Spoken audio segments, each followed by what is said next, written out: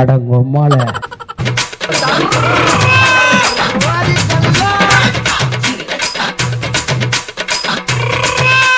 மூக்கு புடப்பா இருந்தா சில நேரத்துல இப்படி எல்லாம் யோசிக்க தோணும் கொஞ்சம்.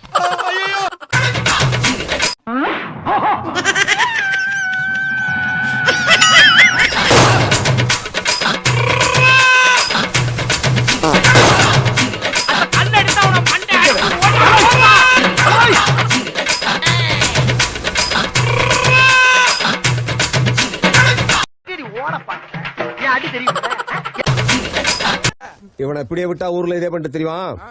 பேசாம இவனுக்கு காலை கடிக்க மாதிரி காய எடுத்து விட்டுருங்க.